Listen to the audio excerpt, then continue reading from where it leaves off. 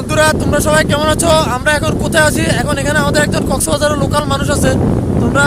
আমরা আজকে শুনবো যে ওনার কাছ থেকে যে এই জায়গাটা কোথায় এবং এই জায়গাটা কেমন, এই জায়গার সম্বন্ধে আমরা জানতে চাবো। ভাই বলেন তো এটা কোথায় আছি আমরা এখন?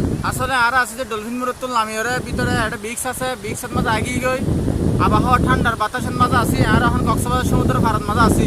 ঢেউর গর্জনের আওয়াজ শুনি খুব মনময় শান্তি লাগে। ওনারা জুনে ভিডিও চাইবান দেখুন আইবান। আর কক্সবাজারের বেশি সুন্দর জায়গা, খুব পরিষ্কার জায়গা।